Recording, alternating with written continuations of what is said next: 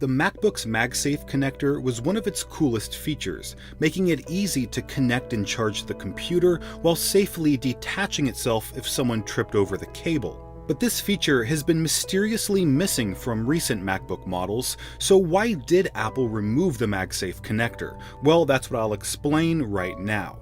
So since the introduction of MagSafe in 2006, MacBooks have changed a lot, and one of the biggest changes has been battery life, going from about 5 hours to 10 hours.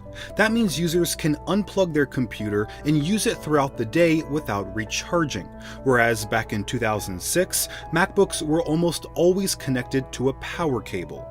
And that difference in usability caused Apple to question if MagSafe was still necessary. Because if your MacBook isn't connected to power while in use, then tripping over the cable becomes a non-issue. In fact, when Apple removed MagSafe, they also stopped including an extension cable in the box, which might suggest Apple expected users to simply charge their computer near an outlet at night and use it during the day disconnected, removing the need for an extension cable and reducing the risk of tripping over it. Next, Apple's always looking to make their products simpler and easier to use, so when MagSafe was removed, it was replaced by something much simpler, USB-C, a port that could be used for virtually anything, like charging the computer in addition to transferring data. This was a dream come true for Apple, since they could achieve ultimate simplicity by including just one port on their MacBook in 2015, something never before possible with MagSafe.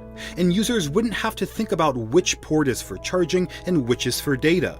They could just connect their cable and let the computer do all the work. Also, USB-C did include some of the functionality of MagSafe. In the worst case scenario, if the USB-C cable got caught on something, it was designed to slide out safely without pulling the computer down with it or causing damage to its port. Now, this approach didn't come without compromise. Users were forced to buy adapters to connect USB-A or HDMI cables, and there have been widespread reliability issues with USB-C that didn't exist with dedicated ports.